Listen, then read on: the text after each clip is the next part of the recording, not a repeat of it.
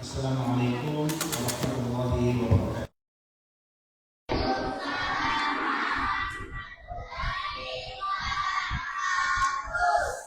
Alhamdulillahi rabbil alamin. Assalatu wassalamu ala as-sadiqil wa'dil amin, nabiyyina Muhammad wa ala alihi wa sahbihi wa man tabi'ahu bi ihsanin ila yaumiddin. Amma ba'du. Alhamdulillah, puji dan syukur kita panjatkan kehadirat Allah Subhanahu wa taala. Sore ini seperti biasa kita melaksanakan kajian rutin tadabbur ayat-ayat Al-Qur'an. Kita insyaallah malam hari ini kita bicara surat Asy-Syarh ya. Suratul Syarh atau surat Alam Nashrah. Ya. Sudah? Bagaimana ayatnya? Baca setelah Buya. A'udzu billahi minasy syaithanir rajim.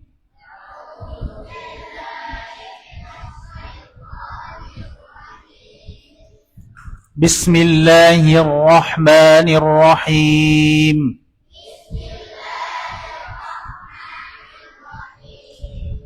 Alam nashrah laka sadrak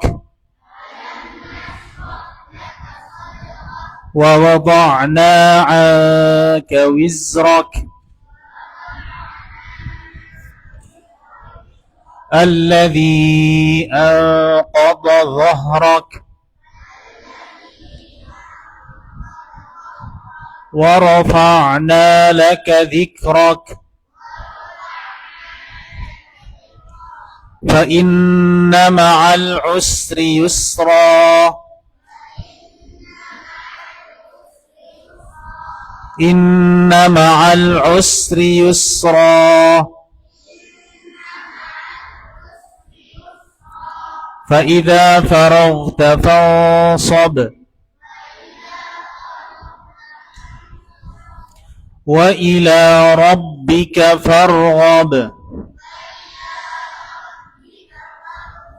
Baik, ini surat Asy-Syarh ya. Surat Asy-Syarh ini ada 8 ayat. Turunnya setelah surat Ad-Duha. Jadi surat ini termasuk surat Makkiyah.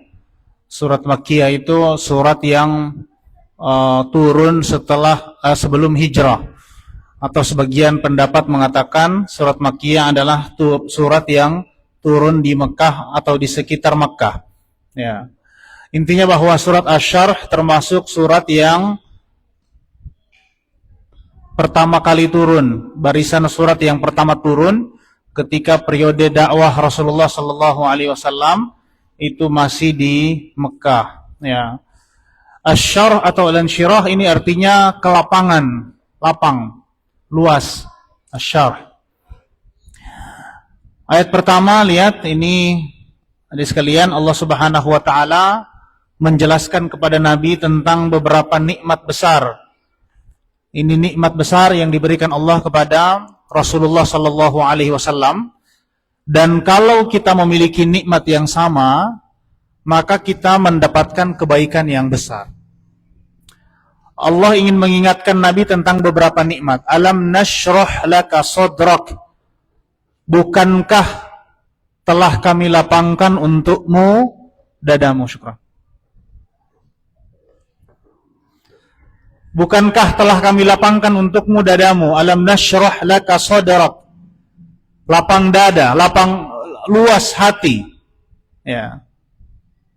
Rasulullah itu diberi nikmat oleh Allah Subhanahu wa taala kelapangan dada. Dari awal Rasulullah itu dadanya dilakukan pembedahan. Sejak kecil dada Nabi itu dibelah. Kemudian dicuci, dibersihkan dari sifat-sifat yang buruk. Lalu Rasulullah juga dibelah dadanya ketika akan melaksanakan Isra Mi'raj. Beberapa riwayat menyebut Rasulullah juga dibelah dadanya menjelang beliau diangkat menjadi Nabi. Jadi proses pembersihan hati Rasulullah SAW itu terjadi beberapa kali. Nah, kita tidak dibedah dada, tapi kita juga menginginkan kelapangan hati. Lapang dada ini menjadi penyebab, adik sekalian, banyak hal. Yang pertama, lapang dada itu menyebabkan kita bisa mensyukuri nikmat. Kalau hati kita lapang, ya, hati lapang, nikmat itu bisa terasa. Tapi kalau hati sempit, hidup jadi sulit, ya. Nikmat tidak terasa kalau hati kita sempit. Kita tidak bisa melihat kebaikan yang ada di sekitar kita. Yang kedua, kalau lapang hati, dada lapang, maka kita akan mudah menerima kekurangan, mudah memaafkan. Ya. Jadi kalau hati kita lapang, kita akan bisa menerima kehadiran orang lain atau kekurangan yang terjadi di sekitar kita. Ya. Jadi, adik-adik sekalian, orang yang hidupnya baik itu kata Al-Quran, Al-Quran menyebut orang yang Allah inginkan kehidupannya bahagia, Allah bikin hatinya lapang. Al-Quran menyebut di dalam ayat, فَمَنْ يُرِدِ اللَّهُ أَنْ يَهْدِيَهُ يَشْرَحْ صَدْرَهُ لِلْإِسْلَامِ وَمَنْ يُرِدْ أَنْ يُضِلَّهُ يَجْعَلْ صَدْرَهُ ضَيِّقًا حَرَجًا كَأَنَّمَا يَصَّعَّدُ فِي السَّمَاءِ. Orang-orang yang Allah inginkan kebaikan pada dirinya, Allah jadikan hatinya lapang dengan Islam. Tetapi orang-orang yang Allah inginkan hidupnya susah, Allah bikin hatinya sempit. Ka'annama yas'adu fis sama, seolah-olah dia nanjak ke langit. Kata Quran itu seperti dia menanjak ke langit, naik ke langit. Kalau kita naik gunung itu udara sedikit, ya, sesak dada, ya. Kalau naik gunung tanjakan tinggi itu sesak dada, ya. Apalagi kalau menanjak ke langit, lebih sesak lagi. Itu bahasa Quran, itu ka'annama yas'adu fis sama, seolah-olah dia lagi naik ke langit. Itu kalau Allah bikin orang susah hidupnya, Allah bikin hatinya sempit. Orang hati sempit itu tidak bahagia, ya, segala sesuatu bikin mengganjal di hatinya. Setiap ada orang yang bersuara keras, ya, kata Al-Quran, yahsabuna kulla sayhatin alaihim. Kalau ada orang bercerita, ya, pikiran dia itu adalah semua orang ini sedang membicarakan saya. Ya.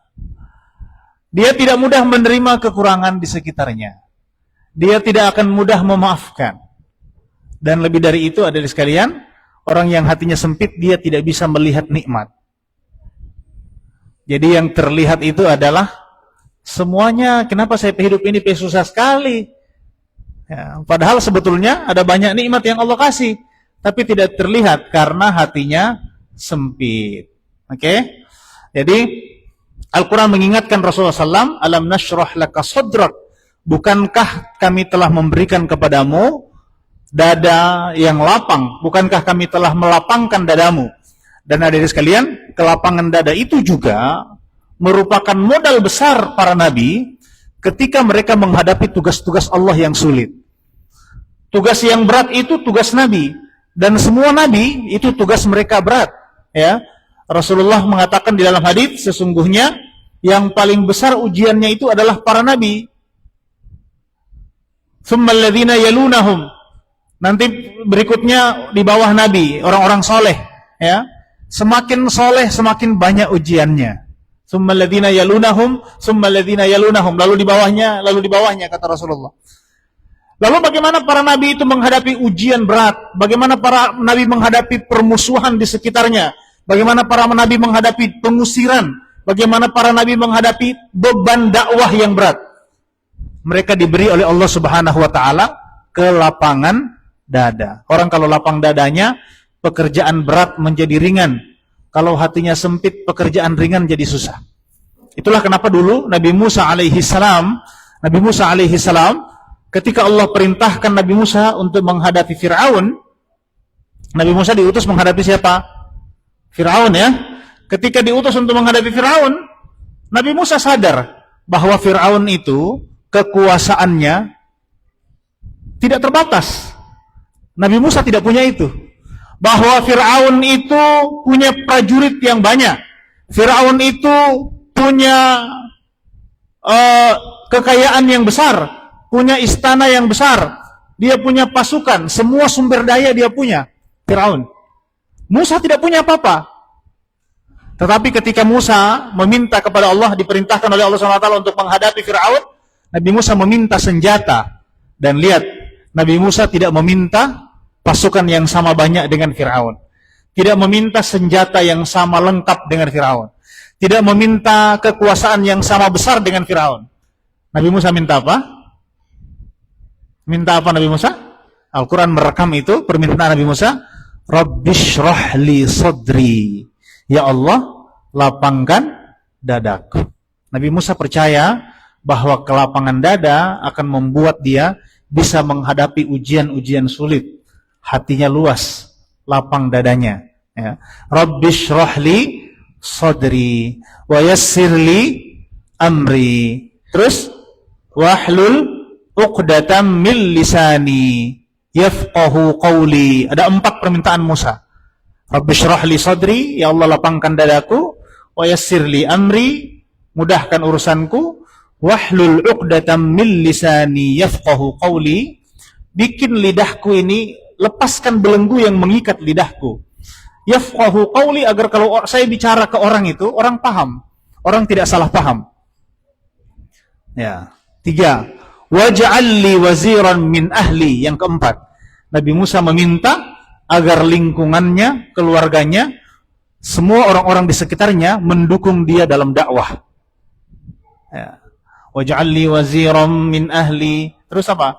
Haruna akhi ushdud bihi azri wa asyrikhu fi amri. Jadi ini yang diminta oleh Musa. Jadi Nabi Musa itu meminta senjata kepada Allah Subhanahu wa taala untuk menghadapi Firaun. Beliau meminta kelapangan dada. Ya, Rabbishrah li sadri. Dan kelapangan dada ini Allah berikan kepada Nabi Muhammad sallallahu alaihi wasallam tanpa diminta. Itu bedanya Nabi Muhammad dengan Nabi Musa. Kalau Nabi Musa dia minta dulu kepada Allah supaya lapang dadanya. Tapi kalau Nabi Muhammad Allah kasih dadanya lapang. Adik sekalian, hidup ini berjalan sesuai dengan yang Allah inginkan. Kadang-kadang tidak sesuai dengan yang kita rencanakan. Ya. Hidup ini berjalan bukan atas pilihan kita takdir-takdirin. Setiap hari dan selalu begitu, Allah Subhanahu wa taala kadang-kadang memberi ujian-ujian untuk membuat kita kuat. Dan ujian yang dulu dihadapi oleh orang zaman dulu, 20 tahun yang lalu, itu tidak sama dengan ujian yang kita hadapi hari ini. Kalaupun berulang, ada pengembangan-pengembangan. Ya. Kita lewat dengan ujian yang satu, datang ujian yang lain. Seperti itulah hidup. Tapi Allah mengatakan, bekal bagi Rasulullah sallallahu alaihi wasallam untuk memperjuangkan dakwahnya itu, Allah berikan untuknya kelapangan dada. Alam nashrah laka sadrak. Allah ingatkan tentang nikmat ini. Bukankah wahai Muhammad telah kami lapangkan untukmu dadamu. Oke? Jadi kalau kita punya hati sempit, ya latihan untuk lapang dada. Nah, ini nikmat. Kalau belum ada nikmat itu berarti kita tidak menikmati hidup. Coba lihat, adik-adik. Kalau kita berdiri di lapangan yang besar, ya ini saya sering kasih contoh ya. Kalau kita berdiri di satu lapangan, kemudian kita berada misalnya coba bayangkan lapangan mana yang bisa dibayangkan? Lapangan sini, depan kantor camat. Terbayang ya? Terbayang ya? Baik. Lapangan depan kantor camat, kita misalnya lagi berdiri di depan sebelah selatan sini, depan kejaksaan. Pengadilan ya? Apa sih? Kejaksaan ya? Depan kejaksaan. Kita berdiri depan kejaksaan, lagi baca buku di situ. Terus ada 50 orang lagi latihan menari di tribun depan kantor camat. Ada 100 ekor kambing lagi makan rumput di depan dinas kesehatan. Kebayang ya? Di sudut utara. Kemudian ada 50 orang lagi naik motor duduk santai di depan rumah dinas DPRD. Terbayang ya? Kira-kira saya tanya, Anda lagi baca buku di depan kejaksaan, kantor camat itu, di lapangan, sudut lapangan, depan kejaksaan, kira-kira terganggu tidak dengan 50 orang lagi menari, 50 orang lagi, apa namanya, lagi duduk di atas motor santai, 100 ekor kambing, terganggu tidak? Terganggu Fauzan? Kita lagi baca buku, tapi di depan sana ada 100 ekor kambing. Terganggu tidak? Terganggu. Terganggu baca bukunya dengan 100 ekor kambing di sana jauh itu. Terganggu enggak? Ya? Kalaupun terganggu, kita tidak sangat terganggu. Kenapa? Karena lapangannya besar. Dia bisa menampung itu semua. Coba bandingkan misalnya, adik-adik sekalian, kalian lagi di dalam WC, lagi buang air. Putri misalnya lagi buang air, ya. Sama-sama dengan Putri ada 1 ekor kambing dalam WC. Terganggu tidak? Terganggu tidak? Kuma lagi mandi. Dengan Kuma sama-sama ada tikus atau kecoak lah kecil ya. Kecoak 1 ekor. Lari-lari itu kecoak di dalam situ. Terganggu tidak Kuma? Terganggu sekali. Kenapa terganggu sekali di sini? Sedangkan di sana ada 100 ekor kambing, kita tidak sangat terganggu. Karena yang sana lapangannya luas. Yang ini ruangannya sempit. Maka kalau hati kita luas, hati luas itu kita bisa menerima orang. Kita bisa menerima kekurangan-kekurangan yang mungkin terjadi di sekitar kita. Ya? Kita bisa menerima, bisa mudah memaafkan. Maka Rasulullah itu diajar nikmat besar ini, diingatkan oleh Allah Subhanahu wa taala, "Alam nashrah laka sadrak." Wahai Muhammad, bukankah telah kami lapangkan untukmu dadam? Ya. Oke. Ini baru 1 ayat. Lanjut ya, biar cepat. Sadrak alladzi anqadha, mengurangi bebanmu, mengurangi dosamu. Ya, coba kita lihat.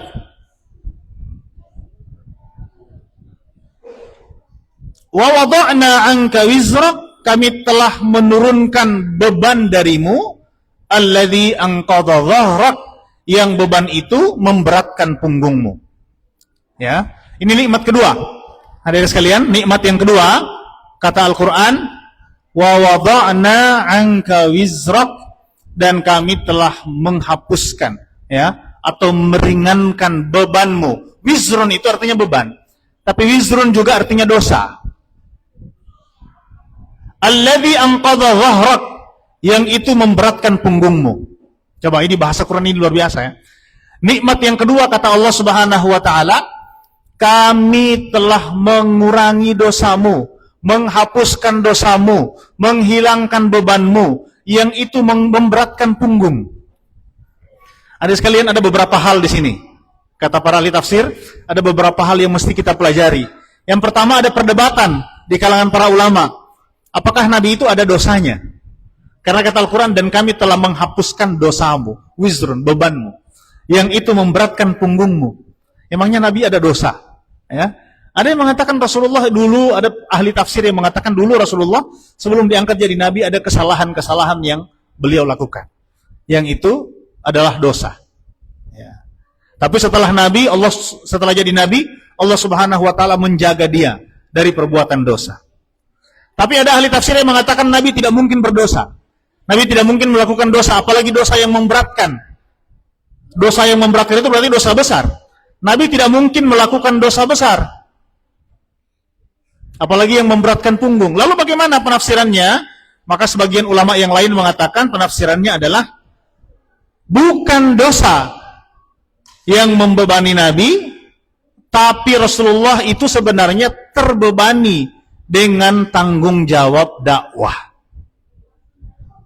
Sebenarnya tanggung jawab dakwah itu berat, tanggung jawab wahyu itu berat, tanggung jawab menyampaikan kebaikan itu berat. Dan Allah Subhanahu wa taala telah meringankan itu dari Nabi. Jadi, wa wada'na 'anka wizrak alladzi anqadha dhahrak. Ini nikmat yang kedua. Kakak, halo Bilal. Wa wada'na 'anka wizrak alladzi anqadha dhahrak, dan kami telah mengurangi dosamu, menghapus dosamu, yang itu atau kesalahanmu yang membebankan punggungmu. Adik-adik, halo. Setiap kesalahan itu bikin berat punggung. Ya. Kita kalau ada kesalahan susah berjalan. Kita kalau ada kesalahan sama orang, saya misalnya dengan Teh Adlu bagi Ba Fauzan. Ya, terang gibah Ti Fauzan. Itu walaupun Fauzan tidak tahu, tapi kalau kita ketemu Fauzan, kita tidak nyaman. Iya enggak loh? Ya, Fauzan tidak tahu orang gibah dia. Tapi asal ketemu Fauzan, kita tidak nyaman. Kenapa? Karena memang tabiat dosa itu memberatkan. Ya. Orang kalau banyak kesalahan, susah keluar rumah. Dia punya kesalahan dengan orang satu kampung. Mau ketemu siapa saja dia berat. Mau ketemu siapa saja berat. Sama dengan adik-adik kalian. Halo kakak, kalau ada kesalahan sama ustazah, mau ketemu ustazah tidak nyaman. Mau ke sekolah tidak nyaman. Kenapa? Ada salah. Ada salah sama teman-teman, mau ke sekolah tidak nyaman. Kenapa? Karena begitu. Al-Quran menyebut, di ayat yang lain Allah mengatakan, وَيَحْمِلُونَ أَوْزَارَهُمْ عَلَى ظُهُورِهِمْ أَلَا سَاءَ مَا يَزِرُونَ. Dan mereka memikul dosa mereka, kesalahan mereka, di atas punggung mereka. Ala sa'a ma yazirun, sungguh buruk apa yang mereka pikul itu. Ya. Jadi salah satu cara supaya hidup ini nikmat adalah kurang-kurangi bikin salah. Wa wada'na anka wizrak. Hidup akan bahagia kalau kita tidak terlalu banyak kesalahan, tidak terlalu banyak dosa. Kalau banyak dosa dengan Allah tidak nyaman, dengan manusia tidak nyaman. Ya, apalagi kalau ada kesalahan-kesalahan besar, kita menyangka kita sudah menyembunyikan itu. Ternyata bocor. Ketemu orang tidak nyaman, ya. Ketemu orang tidak nyaman. Lihat, jadi kita kurang-kurangi supaya hidup ini nikmat. Bisa angkat kepala di mana saja. Itu kalau kesalahan tidak ada, kita bisa berbicara dengan siapapun, bisa mengangkat muka, ya. Kakak, halo. Kalian tahu kenapa babi jalannya menunduk? Tahu kenapa babi jalannya menunduk? Tidak tahu? Nah, tidak tahu ya. Dia malu karena mamanya babi.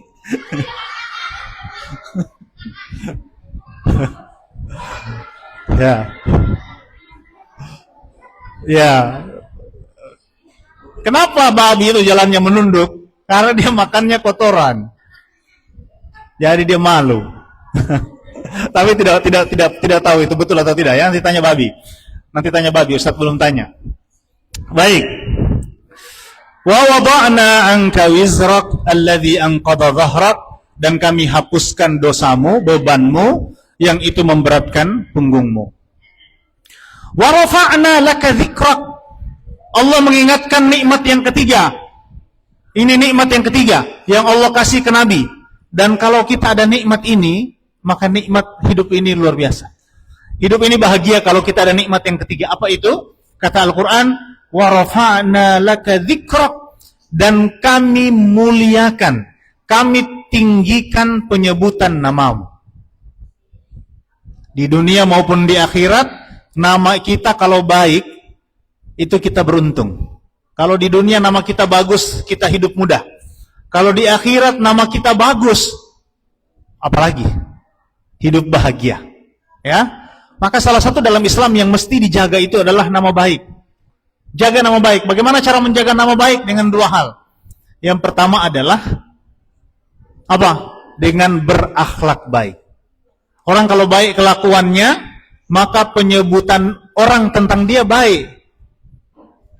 Kedatangannya dinanti, kehadirannya ditunggu, keberadaannya menjadi kebahagiaan bagi sekitarnya. Itu orang kalau berakhlak baik. Tapi kalau orang berakhlak tidak baik, ya, misalnya ini tidak bagus, ya, kalau dia tidak ada orang senang. Kalau dia meninggal dunia, orang tidak sedih, orang malah bahagia. Alhamdulillah semati ti opa satu itu so aman poli ayam, misalnya kan? Misalnya, karena ti opa itu jaga bacuri ayam. Ya. Jadi akhlaknya buruk, itu penyebutan namanya buruk.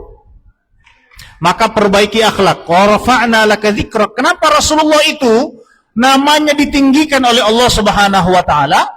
Itu karena akhlaknya baik. Akhlaknya baik. Ya. Jadi dan ada yang sekalian, nama baik itu adalah warisan paling berharga yang bisa kita wariskan pada generasi berikutnya.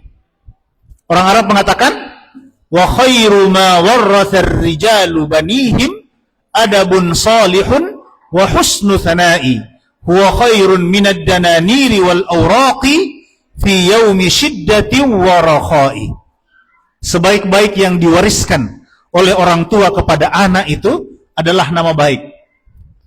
Kalau ada ketemu orang misalnya, kenalan misalnya, Adlu misalnya ketemu orang, kebetulan orang itu kenal bapaknya, ya, bapaknya Adlu. Nama saya Adlu Pak, saya anaknya ini. Dia sebut bapaknya, oh bapakmu itu orang baik. Sini kau nak makan di sini, bapakmu itu orang baik. Saya senang dengan bapakmu itu. Jadi kebaikan bapakmu itu, penyebutan nama baik bapakmu itu membuat engkau dihormati, karena itu adalah sebaik-baik warisan. Ya, tolong akan dia itu hati, tapi bapak itu dulu baik. Ya. Lihat, adik sekalian, dulu kenapa Nabi Khidir alaihi salam, salah satu yang dilakukan oleh Nabi Khidir alaihi salam dengan Nabi Musa, itu adalah membangun dinding, membangun tembok, yang di bawah tembok itu ada harta warisan milik orang tua yang soleh yang sudah meninggal dunia. Anak-anaknya masih kecil. Kalau tembok itu roboh, maka harta warisannya nanti akan diambil orang. Maka Allah perintahkan Nabi Khidir untuk menguatkan tembok itu, supaya temboknya tidak roboh. Nanti biar robohnya setelah anak-anak ini besar, supaya mereka bisa menikmati warisan orang tuanya. Ya, ya. Coba lihat bahasa Nabi Khidir yang direkam oleh Al-Quran. Wa ammal jidaru fakana li ghulamaini yatimaini fil madinah wa kana tahtahu kanzul lahuma فَأَرَادَ رَبُّكَ أَنْ يَبْلُغَا أَشُدَّهُمَا وَيَسْتَخْرِجَا كَنْزَهُمَا رَحْمَةً مِنْ رَبِّكَ. Jadi Allah Subhanahu wa taala menjaga anak-anak yatim dua itu. Kenapa? Karena kebaikan orang tuanya, karena kesolehan orang tuanya. Jadi sebaik-baik warisan nanti yang kita wariskan kepada generasi berikutnya, adik sekalian, itu adalah warisan ketakwaan, warisan akhlak baik, warisan kebaikan dari pendahulu, itu yang akan dinikmati oleh orang berikutnya. Saya, adik sekalian, dulu 2019 saya sholat duhur di salah satu masjid di Brunei. Waktu itu bulan Ramadan, saya sholat di salah satu masjid. Itu masjid itu tempat titip sepatu, itu ada di tempat duduk. Jadi seperti gazebo, model-model gazebo. Ya, jadi sepatu ditaruh di situ, nanti pakai sepatu, ambil sepatu itu sambil duduk di gazebo. Waktu itu ada satu orang anak muda, dia sedang keluar dari masjid, dia sedang mengikat sepatunya di gazebo itu. Gazebo-gazebo yang lain banyak sepatu dan orang mengikat sepatu. Cuma satu tanpa ini, cuma dia sendiri. Karena dia cuma sendiri di situ, jadi saya masuk juga ke situ. Saya ikat sepatu sama-sama dengan dia di situ. Tidak ada orang lain yang masuk, cuma kami berdua. Di tempat yang lain ramai, tapi di tempat itu cuma kami berdua, saya dengan anak muda itu. Saya bilang sama dia, saya ini dari Indonesia. Saya Ramadan saja di Brunei. Tuan dari Brunei kah? Brunei asli kah? Kata dia, iya, saya orang Brunei asli. Saya bilang sama dia, Brunei ini adalah negeri yang diberkati. Kenapa? Karena sangat kaya. Orang-orang kaya, anak-anak baru lahir mereka sudah dibiayai negara. Semua kebutuhan disubsidi dengan sangat besar. Pendidikan gratis, kesehatan gratis. Alamnya makmur, kejahatannya kurang. Ini negeri Brunei, ini negeri yang kaya, kata saya. Apa kata dia? Kata dia begini, awak tahu enggak bagaimana Allah Subhanahu wa taala menjaga anak-anak yatim dalam surat Al-Kahfi itu? Saya bilang, iya, saya tahu. Cerita tentang Nabi Khidir itu kan? Kata dia, iya, betul. Ya, betul. Kami di Brunei ini dijaga dan disejahterakan oleh Allah Subhanahu wa taala karena dulu orang-orang tua kami adalah orang-orang soleh. Jadi kata dia. Jadi di Brunei itu kan satu rumpun, satu keluarga itu. Jadi mereka lahir dari keturunan seorang ulama soleh yang dia dimakamkan ada atas gunung. Ada gunung di dekat kampung air itu ada gunung. Di situ ada makam orang soleh yang itu dipercaya merupakan nenek moyangnya orang Brunei dan itu orang soleh.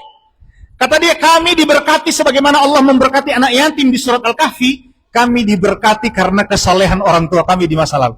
Kata orang ini. Saya senyum-senyum, Masya Allah. Ya, setelah selesai, saya jalan kebetulan dengan satu teman dari orang KBRI. Dia tanya ke saya, Ustadz, tadi Ustadz cakap apa sama putra mahkota? Saya kaget.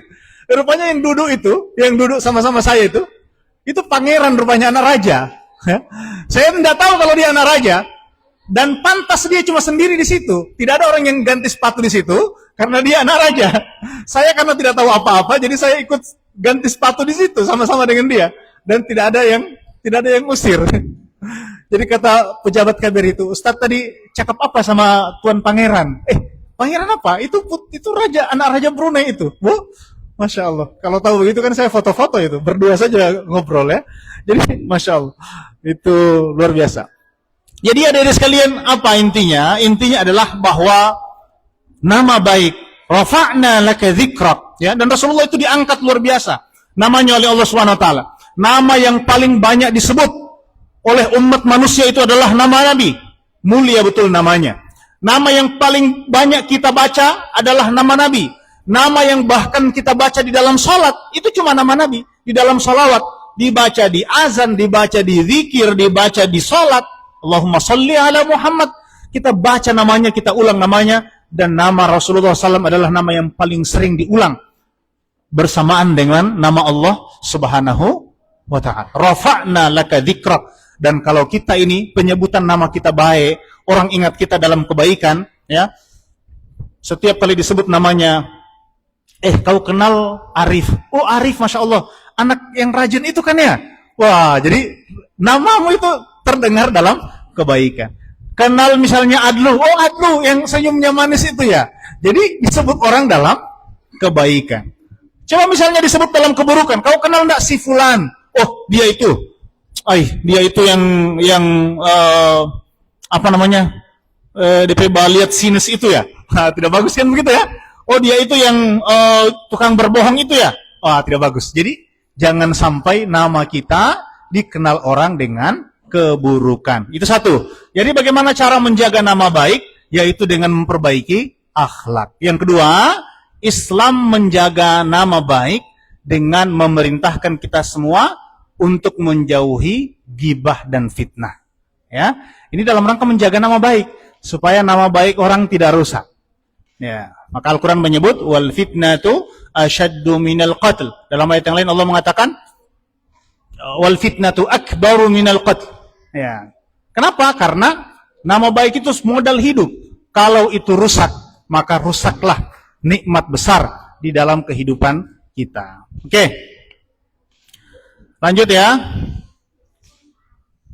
Sedikit lagi. Fa inna ma'al usri yusra, inna ma'al usri yusra. Coba lihat ayatnya. Sama tidak ayatnya? Halo.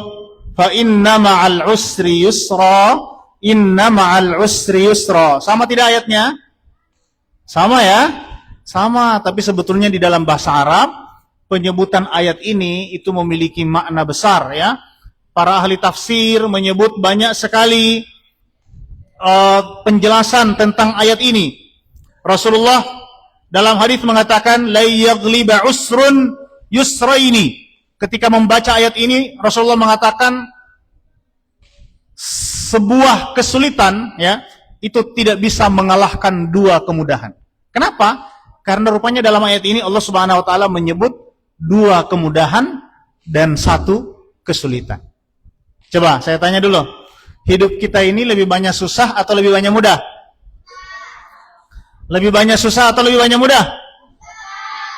Susah. Kalian bocil-bocil ini lebih banyak susah. Hah? Apa yang kau pikir bilang? Susah apa hidup ini bilang? Makan, tidur, bermain, semua yang siapkan orang tua. Ya? Apa yang susah? Ya. Hidup kita lebih banyak susah atau mudah? Al-Quran bilang hidup kita lebih banyak mudah. Fa inna ma'al usri yusra, inna ma'al usri yusra. Sesungguhnya bersama kesulitan itu ada kemudahan. Bersama kesulitan itu ada kemudahan. Kenapa diulang dua kali? Ini ada beberapa tafsiran di sini. Begini, di dalam bahasa Arab itu kita belajar bahwa semua kata yang bentuknya nakirah, kata benda atau kata sifat, itu kalau diulang dua kali, maka artinya apa? Ya, kata benda atau kata sifat kalau diulang dua kali, maka itu artinya sama.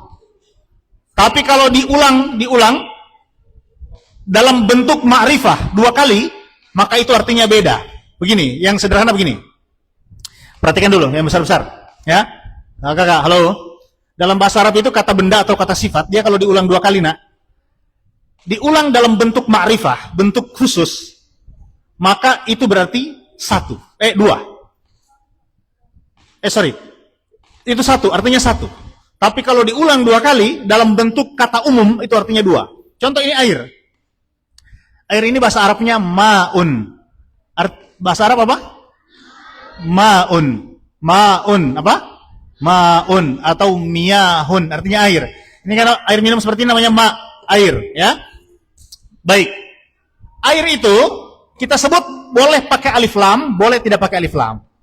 Boleh kita bilang al-ma'u, boleh kita bilang ma'un, ya. Tapi kalau dia diulang 2 kali, tidak pakai alif lam, itu berarti yang disebut pertama dan disebut kedua tidak sama. Dan kalau diulang 2 kali pakai alif lam, yang disebut pertama dan disebut kedua itu sama. Contoh misalnya dalam Al-Quran, inna arsalna ilaikum rasulan, tidak pakai alif lam, syahidan alaikum kama arsalna ila fir'auna rasulan. Ada 2 kali pengulangan kata rasul. Tapi lihat, inna arsalna ilaikum rasulan, kami mengutus kepada kalian rasul. Sebagaimana kami mengutus kepada Fir'aun rasul. Rasul yang diutus ke kita dengan yang diutus ke Fir'aun sama atau tidak? Tidak sama kan? Kenapa? Karena pengulangan dalam ayat ini tidak pakai alif lam. Paham ya? Kalau saya bilang saya tadi melihat ma'un. Sekarang saya meminum ma'un. Pertanyaannya, ma'un yang saya lihat dengan yang saya minum, itu ma'un yang sama atau beda? Beda. Kenapa? Karena menyebut ma'un tidak pakai alif lam. Oke ya? Bentuknya nakiroh, kata umum. Tapi kalau saya bilang begini, saya tadi melihat al-ma'u. Sekarang saya meminum al-ma'u. Oke. Air yang saya minum dengan yang saya lihat sama atau beda? Sama. Kenapa? Karena pakai alif lam. Lihat, dalam ayat ini Allah Subhanahu wa taala mengulangi 2 kata sifat. 2 kata sifat yang berbeda, yang satu diulangi pakai alif lam, yang satu diulangi tidak pakai alif lam. Fa inna ma'al usri yusra. Al-usru artinya susah. Diulang oleh Allah Subhanahu wa taala pakai alif lam. Berarti yang disebut pertama dan disebut kedua sama. Sedangkan yusran diulang oleh Allah Subhanahu wa taala tidak pakai alif lam, menunjukkan bahwa yang disebut pertama dengan yang disebut kedua berbeda. Jadi kalau kita terjemah bagaimana? Fa inna ma'al usri yusra, inna ma'al usri yusra. Sesungguhnya bersama kesulitan itu ada kemudahan, dan bersama kesulitan yang tadi itu ada kemudahan yang lain disiapkan oleh Allah Subhanahu wa ta'ala. Paham ya? Maka kata hadis Nabi mengatakan, falay yaghliba usrun yusraini.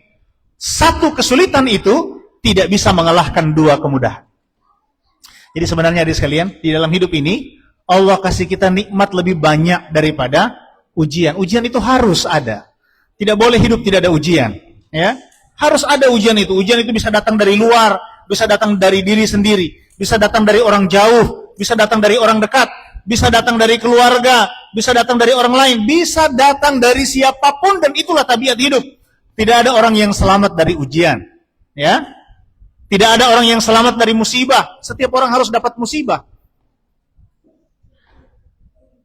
Yang membuat seseorang tetap bahagia dalam musibahnya adalah ketika dia menyadari bahwa Allah Subhanahu wa taala setiap memberi musibah itu sebetulnya Allah Subhanahu wa taala menyertakan 2 kebaikan yang lain. Ada kebaikan yang lebih banyak. Tugas kita saat ini adalah membuka mata supaya kita bisa melihat lebih banyak kebaikan agar kita bisa lebih bersyukur. Ya, kalau ada orang misalnya pergi ke kota, bagaimana ngadapi perjalanan ke kota? Oh, ke kota itu capek kita. Ya, di jalan cuma naik motor kena hujan, diisimu ban bocor lagi, sampai di kota mau beli tutup toko, ya kan? Pulang lagi mau makan uang kurang, akhirnya cuma makan sederhana. Baru pulang lagi kehujanan. Apakah lebih banyak musibahnya? Belum tentu, ya. Bisa jadi ada banyak juga nikmat yang lain.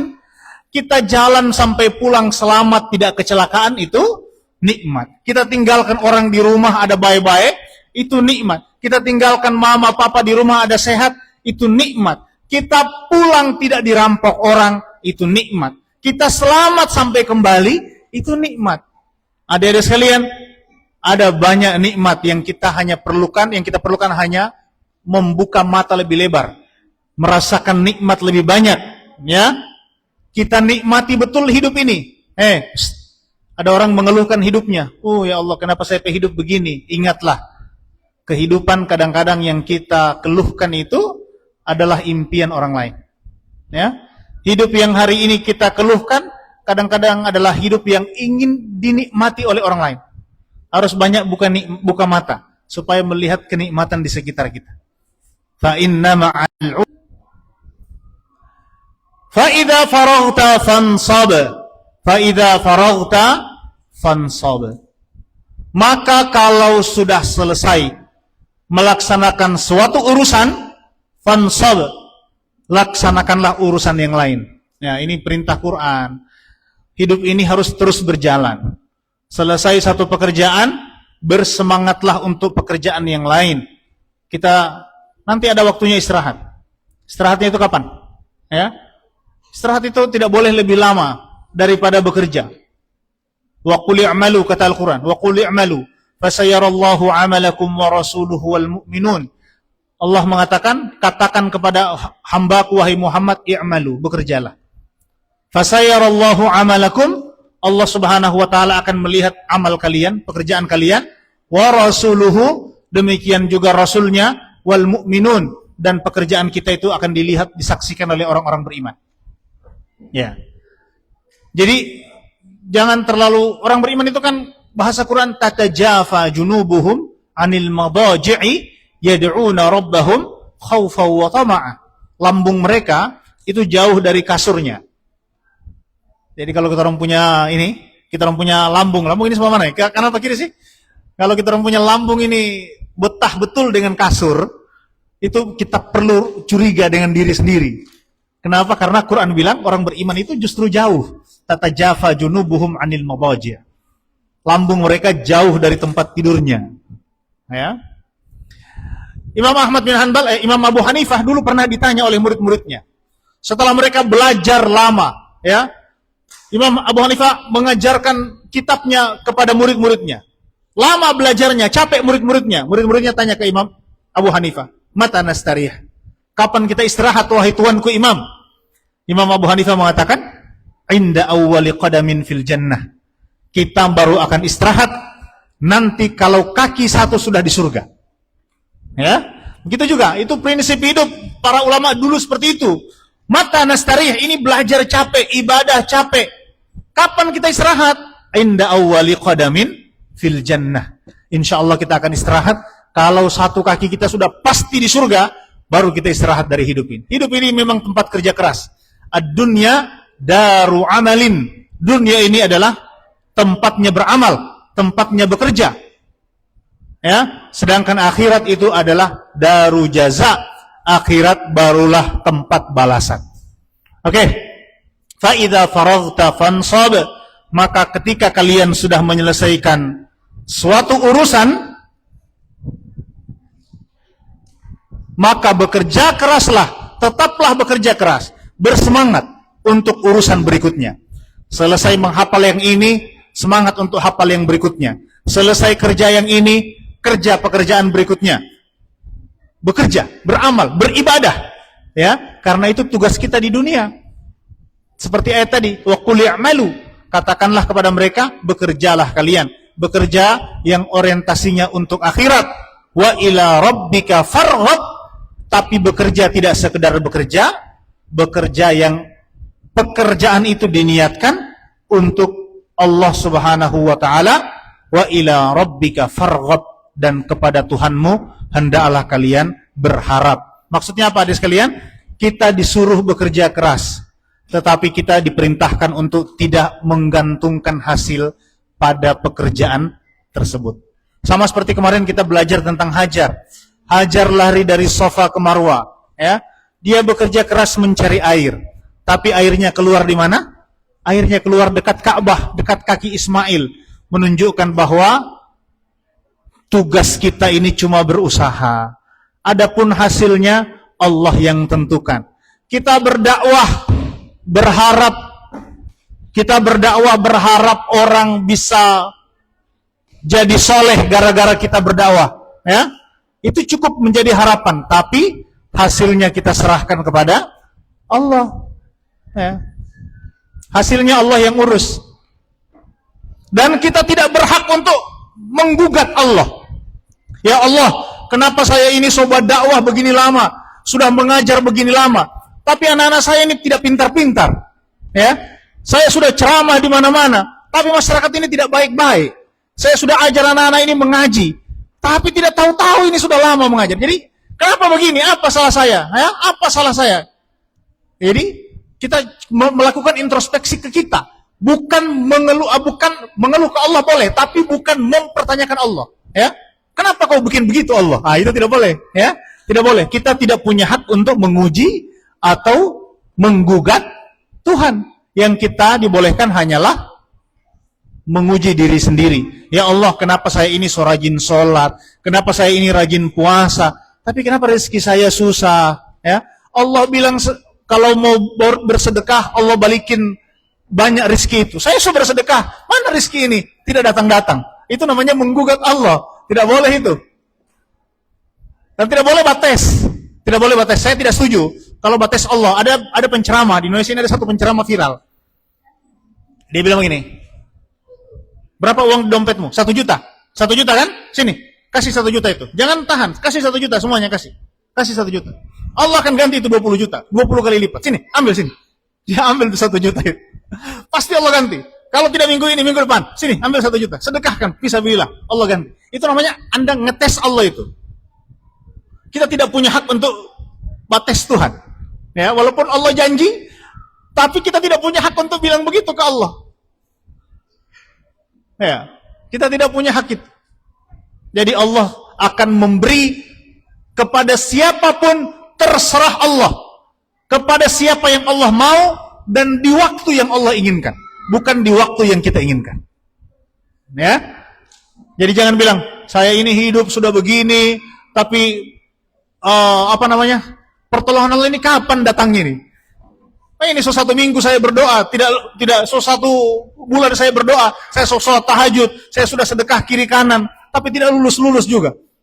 Misalnya, itu jangan gugat Allah. Allah itu memberi kapan Dia mau, kepada siapa Dia mau, dengan cara apa Dia mau, itu urusan Allah Subhanahu wa taala.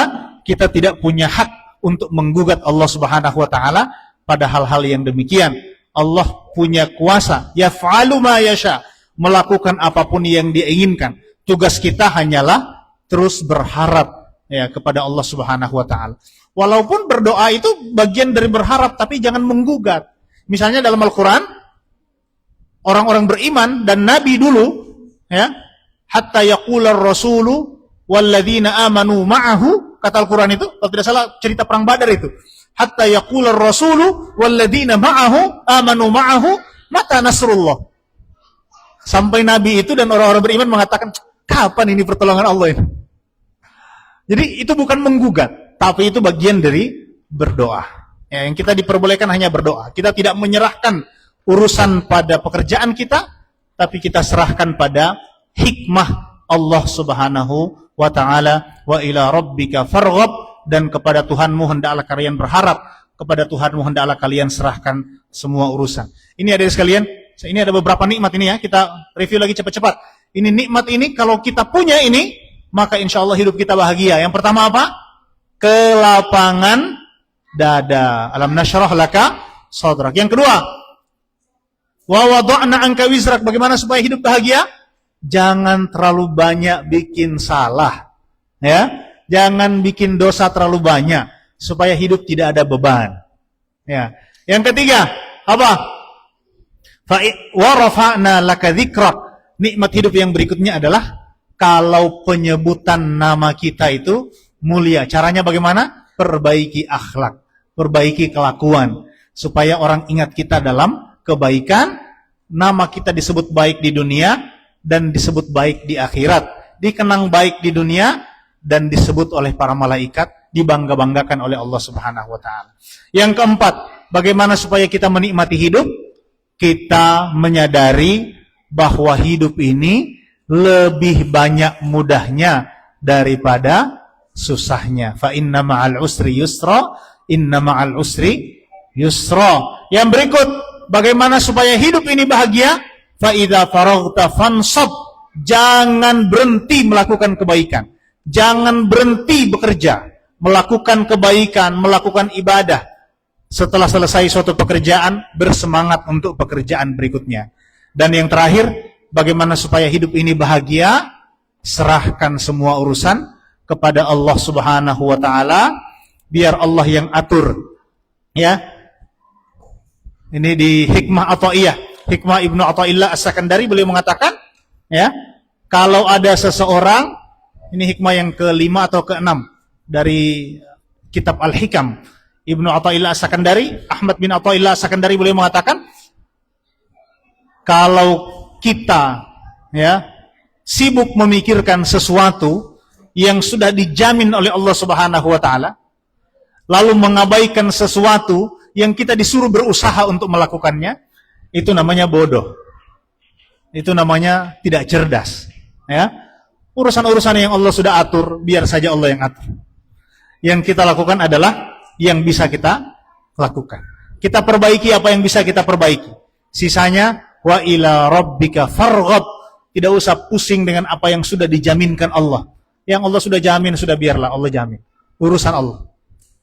Yang belum Allah jamin, itulah yang kita usahakan, ya. Yang Allah suruh kita berusaha di situ, itulah yang kita usahakan. Baik adik sekalian, saya kira ayat surat Asy-Syarh ini adalah nasihat besar untuk saya dan untuk kita semua. Surat Al-Insyirah ini adalah sebuah nasihat yang luar biasa, mengingatkan nikmat besar kepada Nabi, sekaligus juga mengingatkan kepada kita semua agar kita hendaknya berusaha untuk memiliki nikmat-nikmat ini. Itu ya, cukup ya. Selanjutnya nanti insyaallah berikutnya kita bahas lagi surat Ad-Duha ya. Ad-Duha ya. Baik. Terima kasih, mohon maaf kalau ada kekurangan. Hadanallahu wa iyyakum ajma'in. Wallahul musta'an. Assalamualaikum warahmatullahi wabarakatuh.